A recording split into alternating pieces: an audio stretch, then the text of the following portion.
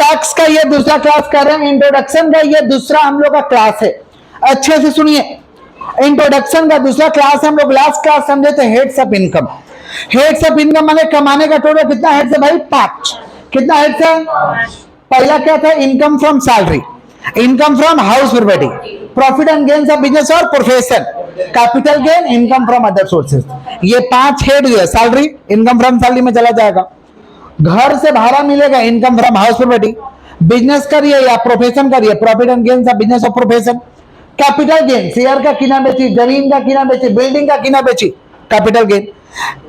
ये 4 को छोड़ के 5वां कहीं से भी कमाइएगा वो कहां जाएगा? Income from other source. Income from, तो कमाने का कितना हेड्स है? 5। कौन कौन? Income from salary, income from house property, profit and gains of business और profession, capital gain, income from other sources. Clear है क्या? ये 5 हेड को जोड़ दोगे ना तो आएगा ग्रॉस टोटल इनकम। क्या आएगा? इसमें से डिडक्शन लेस करेंगे। डिडक्शन माने छूट होता है। डिडक्शन माने क्या होता है? कहां से लेस करेंगे? 80C से लेके 80U, सेक्शन का नाम है ये। 80C से लेके 80U ये सेक्शन का नाम है। डिडक्शन लेस करेंगे 80C से लेके 80U तो आ जाएगा taxable total income. Taxable total, तो 5 हेड को जोड़ेंगे तो क्या आएगा बताओ? Gross total income. क्या आएगा? समझ में आ रहा है? आ रहा समझ में? अरे भाई 5 नाम को जो टूरी है क्या नहीं समझ में आ रहा है? 5 नाम है, इसको जोड़ देंगे आ जाएगा gross total income. Deduction less कर देंगे आ जाएगा टैक्सेबल टोटल इनकम। देखिए 5 नाम यही तो बोले, इनकम फ्रॉम सैलरी, माने सैलरी से इनकम करेंगे तो सैलरी में जाएगा। हिंदुस्तान तो सैलरी का दीवाना है। दूसरा इनकम फ्रॉम, घर से भाड़ा मिल रहा है। Profit and gains of business और प्रोफेशन, बिजनेस कर रहे हैं या तो पैसा कर रहे हैं। कैपिटल गेन माने जमीन का किना बेची, शेयर का किना बेची, बिल्डिंग का किना बेची, कैपिटल गेन। और इनकम फ्रॉम अदर सोर्सेज माने दूसरे स्रोतों से आए। 5 को जोड़ लेंगे तो क्या आएगा? Gross total income. लेस कर देंगे डिडक्शन तो क्या आएगा? Taxable total income. क्लियर है क्या? पक्का? आगे बढ़े। डिफरेंस पूछता है एग्जाम में हेड्स ऑफ इनकम और source of income. Heads of income माने कमाने का हेड, सोर्स ऑफ इनकम माने किस स्रोत से पैसा आ रहा है, किस स्रोत से, उसको क्या कहते हैं? Source of income. क्या कहते हैं? नंबर। हेड्स ऑफ इनकम कितना भाई? 5। कौन सा 5? यही तो 5 है। तो there are 5 heads of income under the act. Act में कितना हेड्स ऑफ इनकम है? 5। कितना हेड्स ऑफ इनकम है? और यहाँ पे there are not countable number of sources of income. Count नहीं कर सकते। कमाने का तो बहुत जरिया है, कमाने का, इनकम करने का बहुत जरिया है, काउंट नहीं किया जा सकता है। इसको कहते हैं सोर्सेज ऑफ इनकम। सीक्वेंस, इसको सीक्वेंस वाइज लिख सकते हैं। देखो सीक्वेंस में है इनकम फ्रॉम सैलरी, फिर इनकम फ्रॉम हाउस प्रॉपर्टी। ये सीक्वेंस में ही लिखना है। प्रॉफिट एंड गेन था बिजनेस और profession, capital gain, income from other sources. लेकिन इसको हम सीक्वेंस वाइज नहीं लिख सकते हैं। समझ पा रहे हैं क्या बोल रहे हैं? प्रोविजन, इसके लिए डिफरेंट कोड बना है। माने 5 चैप्टर का 5 को नियम है। 5 चैप्टर का ये 5 को चैप्टर है भाई। Income from salary, income from house property, profit and gain था बिजनेस और profession, capital gain, income from other sources. 5 का चैप्टर आएगा तो 5 का ये नियम है एंड डिफरेंट कोड है, लेकिन इसका अलग से कोई कोड नहीं है। समझ गए क्या बोले? क्लियर? क्लियर? ये डिफरेंस है। किसका डिफरेंस है? हेड्स ऑफ इनकम और सोर्सेज। एंड नंबर कितना? 5। इधर नॉट काउंटेबल। सीक्वेंस में लिखते हैं, सीक्वेंस में इसके लिए कोड है, इसके लिए। क्लियर? पक्का? अब ये 4 डिफरेंस में से कोई भी 2 पूछता है या 3 पूछता है, बट चारों याद करके जाना। कौन पूछेगा कौन जानता है? समझ गया? डिफरेंस क्या है भाई? Tax planning, tax avoidance, tax evasion, tax management. मतलब समझो, टैक्स प्लानिंग का मतलब टैक्स को प्लान करो, छूट लो। टैक्स को प्लान करके नियम बनाओ, ये छूट लेना है, फायदा उठाओ, टैक्स प्लान। टैक्स अवॉइडेंस का मतलब होता है कमी। लॉ में तो कमी होता है, कमी का फायदा उठाओ। कमी का क्या करो? लूफुल्स का फायदा उठा लो, इसको कहते हैं tax avoidance. Tax evasion, tax का चोरी कर लो। सरकार को बताए भी मत करो इनकम है, इनकम कम दिखा दो, खर्चा ज्यादा दिखा दो, टैक्स का गमन कर लेना, चोरी कर लेना, टैक्स इवेशन। समझे? और टैक्स मैनेजमेंट का मतलब सारे के सारे नियम फॉलो करेंगे, नियम से करेंगे। समझ पा रहे? इसको कहते हैं टैक्स मैनेजमेंट। क्या कहते हैं? तो टैक्स प्लानिंग माने टैक्स को प्लान करके टैक्स को कम कर देंगे। टैक्स अवॉइडेंस माने जो लॉ में कमी होगा वो कमी का फायदा उठाएंगे। हर लॉ में तो कमी होता है, उसको फायदा उठाएंगे। टैक्स इवेशन माने टैक्स का चोरी कर लेंगे।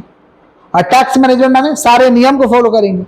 सारे नियम को मतलब समझ आया कि नहीं आया? डेफिनेशन आप क्या देखिए, it is a way to reduce the tax liability by taking full advantages of the act. Act का जो फायदा है, एक्ट ने हमें जो फायदा दिया है उसका लाभ उठाएंगे, समझे, और टैक्स को कम करेंगे।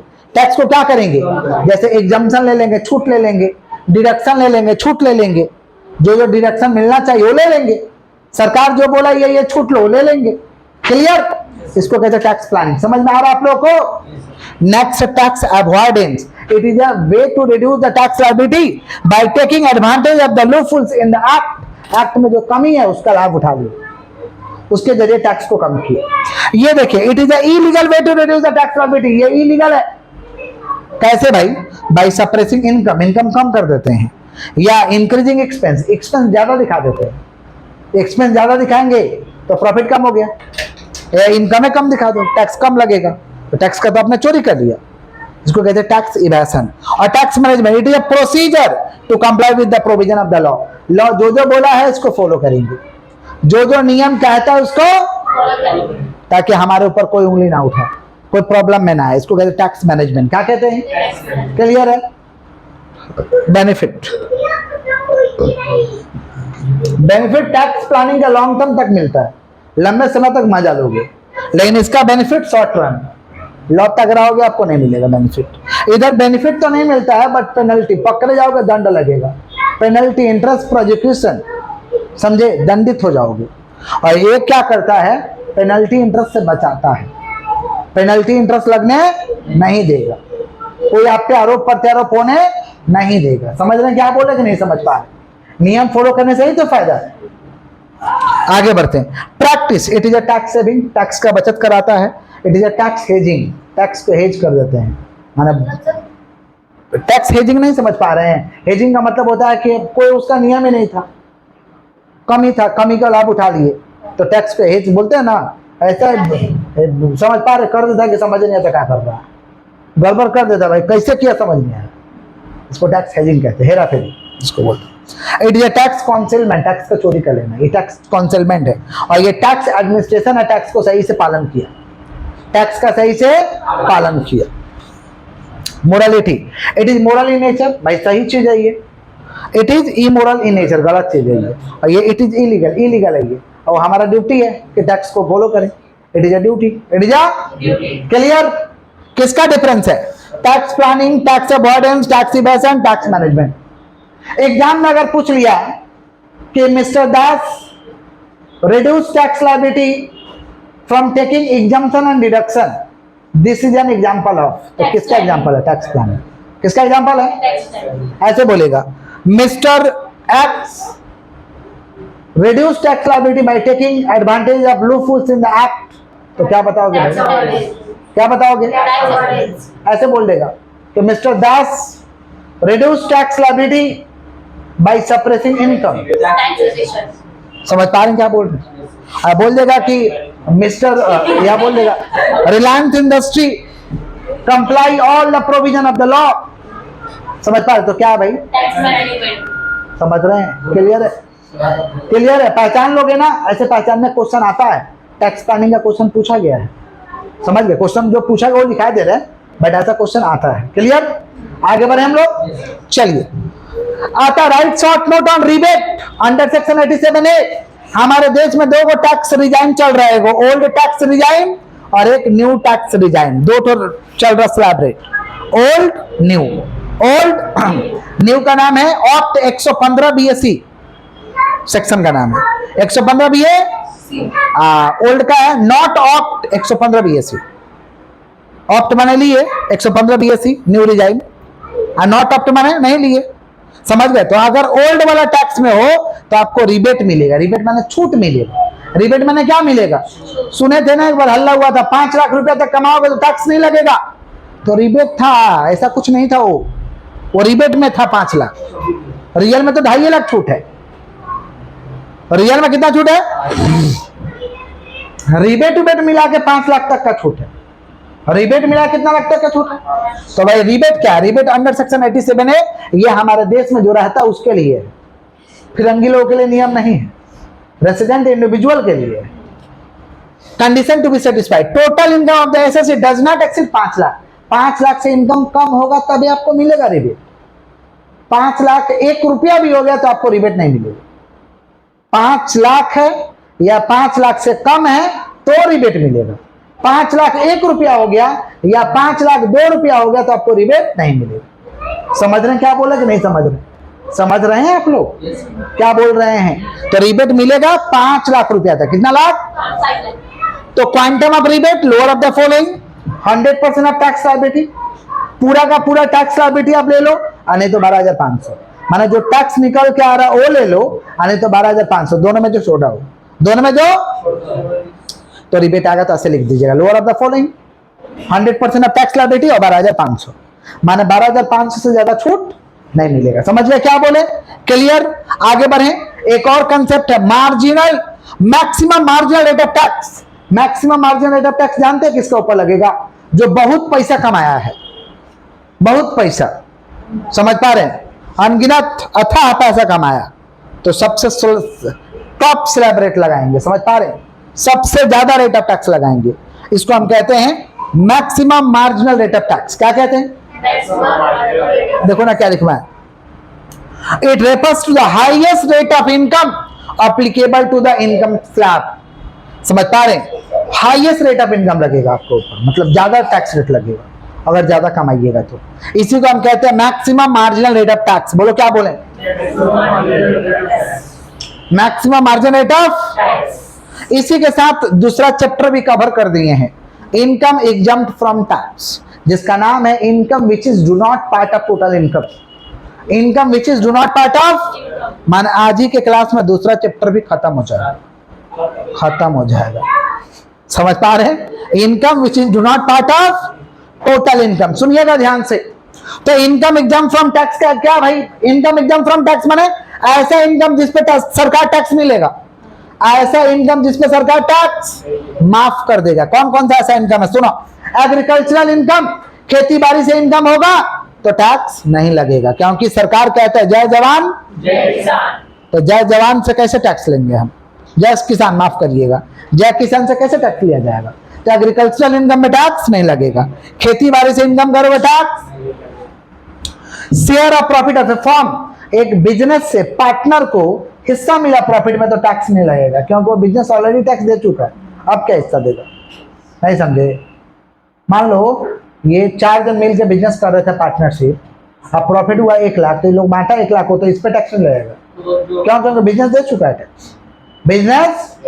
तो share of profit of A firm, scholarship आप लोग को मिलता है, स्कॉलरशिप कोई टैक्स नहीं, स्कॉलरशिप पे कोई टैक्स नहीं, वो बात नहीं है, मिलता है ना, मिलता तो है स्कॉलरशिप, टैक्स लाग देना। चलो, daily allowance to MP and MLA, MP और एमएलए को डेली का खर्च मिलता है। Member of parliament, member of legislative assembly. MLA कौन है आप लोग का? परेश पाल। एमपी कौन है? सुदीप बंदोपाध्याय। एमएलए परेश पाल। समझ पा? आपका कोई एमएलए अलग होगा, अलग अलग की जगह का अलग अलग, जो भी। तो MPN daily allowance to MPN, बोलने दो ना दीदी, हो गई है क्या? पर हमें daily allowance to MPN MLA, MP MLA को डेली का खर्च मिलता है, उस पर कोई टैक्स नहीं लगेगा। Compensation received from any disaster, कोई डिजास्टर हो गया आपके साथ, जैसे रेल दुर्घटना या सैनिक मारे जाते हैं या कुछ हो जाता है तो करोड़ों करोड़ों रुपया दिया जाता है, 10-20 लाख ऐसे ही दे दिया जाता है घर वाले को, उस पर कोई टैक्स नहीं लगेगा। कोई तबाही हुआ है, कोई डिजास्टर हुआ है, उसमें आपको पैसा मिल रहा तो आप पे कोई टैक्स नहीं लगेगा। सही बात है। तो अब एग्जांपल क्वेश्चन में पूछता है, name write 5 name which is do not part of total income, या give two example income exempt from tax, तो लिख देना, यही आता क्वेश्चन है। क्लियर है क्या? क्लियर। सुनो आप सुनिए, ओ भैया सुनो, लास्ट क्लास पर्सन का लिस्ट समझे थे। पर्सन में कौन आता है? टोटल 7 लोग आता है। पर्सन में टोटल कितना लोग आता है? 7 लोग पर्सन में टोटल। तो क्वेश्चन आता है कि पहचान कौन, क्वेश्चन थोड़ा लिखा दें। और दूसरा आता है कि यहां से इनकम हो रहा तो उसका हेड्स ऑफ इनकम बताओ, इस जगह से कमा रहे तो कौन हेड्स ऑफ इनकम का है। दोनों तरीका क्वेश्चन लिखा रहे हैं हम लोग, पहचानेंगे। सॉल्व करेंगे। तो जगह छोड़ दीजिए इसके लिए और क्वेश्चन लिखिए जो लिखवा रहे। क्वेश्चन लिखिए फटाफट, क्वेश्चन लिखिए, बात नहीं करिए, क्वेश्चन लिखिए। अरे भाई थोड़ा जगह छोड़ दो हिसाब से और लास्ट में लिखो क्वेश्चन। चलो लिखो, लिखिए state under which head of the following income. Question लिखिए state under which head, state under which head the following incomes will be taxable. State under which head the following incomes will be taxable. State under which head the following incomes will be taxable. State under which head the following incomes will be taxable. एक number देखे लिखिए, Tarun receipt ₹7,200। Tarun receipt, Tarun receipt ₹7,200। Tarun receipt ₹7,200 as interest on fixed deposit, as interest on fixed deposit with SBI, as interest on fixed deposit with SBI, interest on fixed deposit with SBI। हो गया। चलो B number लिखो, Akash made a gain, Akash made a gain, Akash B number है ये, Akash made a gain GAIN gain of ₹35,000 on sale of shares, held by him, sale of shares held by him। हो गया। उसके बाद में लिखिएगा C number, pension received bye a retired person, pension received bye a retired person, पेंशन PENSION, pension received bye a retired person, pension received bye a retired person. उसके बाद में लिखिएगा income received from sale of house property, income received from sale of house property, income received from sale of house property, income receive from sale of house property. बोल दीजिए 5 minute. Income receive from sale of house property हो गया। उसके बाद में लिखिए next, उसके बाद देखिए मिस्टर एक्स रिसीव्ड रेंट, हाँ मिस्टर उसी में नेक्स्ट नंबर डी हो गया ना, तो ई नंबर करिए, डी हो गया ना तो ई करिए, डी वाला हो गया ना sale of house property. E number लिखो, Mr. X received rent, Mr. X received rent of ₹4,000 by letting out flat, FLAT, flat, by letting out flat, full stop। उसके बाद में लिखिएगा, उसके बाद देखिए mister Gupta a lawyer, mister Gupta a lawyer,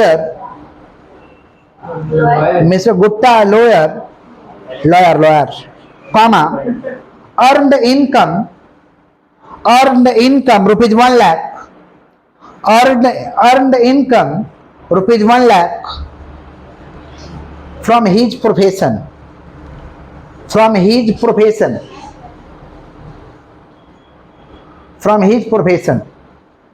उसके बाद में लिखिएगा नेक्स्ट लिखिए ₹2,700 received by Atul, received by Atul as remuneration, as an examiner, from Calcutta University, as an examiner from as remuneration as an examiner from Calcutta University। हो गया।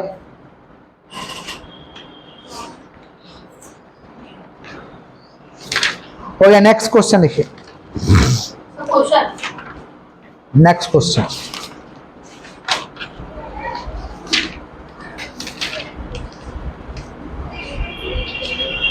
Next question लिखिए। Determine the status of the following. Determine the status of the following. Determine the status of the following. Status of the following. एक number देखे लिखिए KMC.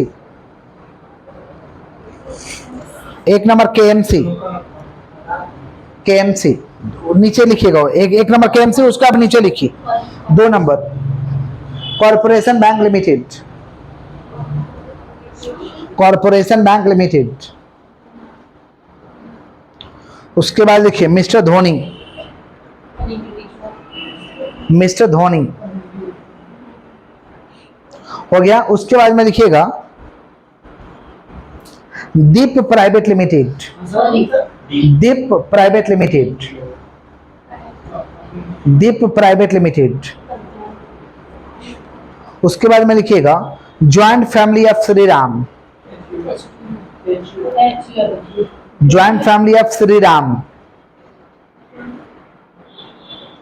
उसके बाद में लिखिएगा sole proprietorship. Sole proprietorship business. Sole proprietorship business.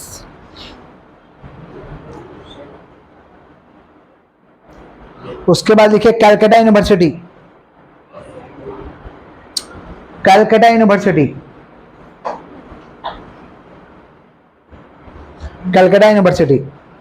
उसके बाद में लिखिएगा X and Y. X and Y who are. X and Y who are legal heirs. X and Y who are legal heirs of Z. Z. उसके बाद में लिखिए, उसके बाद में लिखिएगा Ram Shyam Jodhu Modu.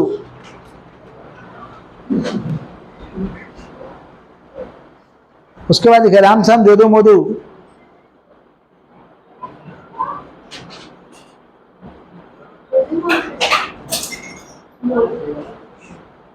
Ram Shyam Jodhu Modu comma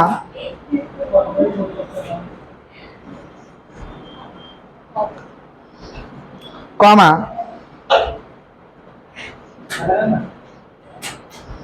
Tantia school association. Tantia school association. Tantia school association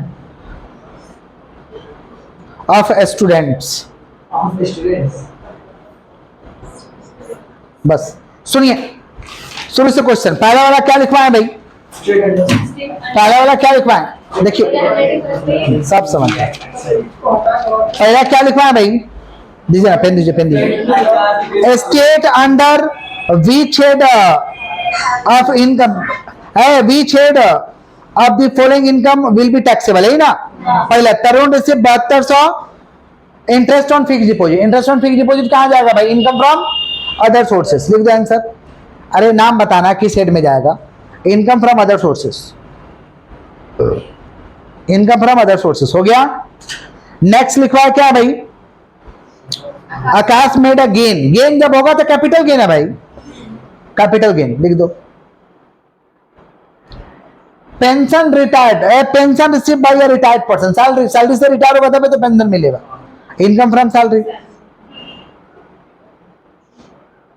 पहचानना है कौन सा हेड में आएगा। Income receive from sale of house property. नहीं नहीं, सेल घर ही बेच दे रहे हैं, बेचने से कैपिटल गेन होता है। संपत्ति बेचिएगा capital gain, capital gain.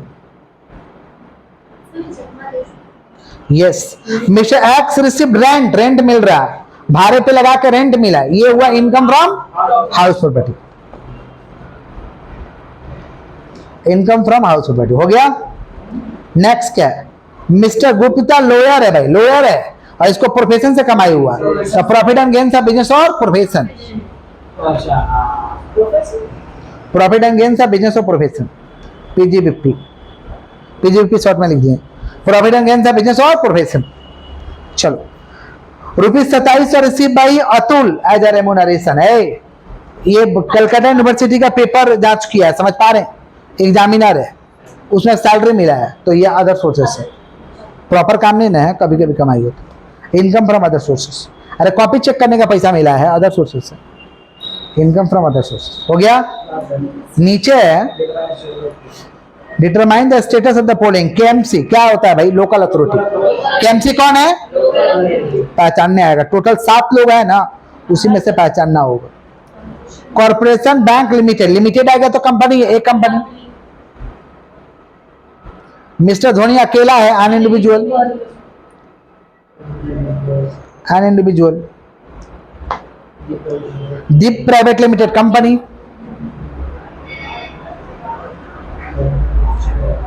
Joint family of Shriram, HUF, HUF.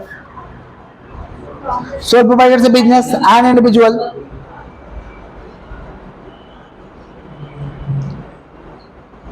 Calcutta university क्या है भाई, an artificial juridical person,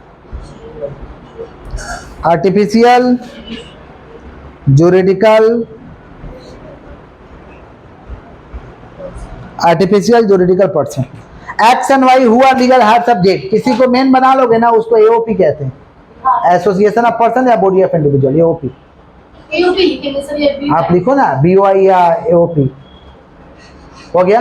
BOI माने बॉडी ऑफ इंडिविजुअल, एओपी माने एन एसोसिएशन ऑफ पर्सन। और नीचे भी है कि रामचंद्र जोदो मोदी किसका स्टूडेंट है, टांटियास का, तो ये भी एओपी है, एक जन का है, एओपी या बॉडी ऑफ इंडिविजुअल। ये वाला क्वेश्चन एक बार बोल दें, सुनो। पर्सन का टोटल 7 लिस्ट है, सुन लो, पर्सन में टोटल 7 लिस्ट है। पहला एन इंडिविजुअल माने कोई भी अकेला व्यक्ति, एचयूए माने हम लोग का परिवार, कंपनी माने कंपनी, पीबीटी एलटीडी या एलटीडी, फॉर्म माने एंड कंपनी लगा रहेगा, लोकल अथॉरिटी माने केएमसी वगैरह, लोकल अथॉरिटी माने केएमसी। समझ रहे क्या बोल रहे हैं। एन एसोसिएशन ऑफ पर्सन या बॉडी ऑफ इंडिविजुअल माने सबके लिए एक हो, सबके लिए, जैसे नेता उता लोग भी एन एसोसिएशन ऑफ पर्सन का हिस्सा है। समझ रहे हैं क्या बोले कि नहीं समझ रहे। आर्टिफिशियल जुरिडिकल पर्सन माने आपका स्कूल, आपका यूनिवर्सिटी, आपका कॉलेज, आपका यूनिवर्सिटी कॉलेज, ये सब आर्टिफिशियल जुरिडिकल पर्सन होता है। क्लियर। इसी के साथ हम लोग का 2 चैप्टर खत्म हुआ, पहला और दूसरा। समझ गए क्या बोले। That's for today. ये उतार लीजिए पहले, उतार लीजिए पहले।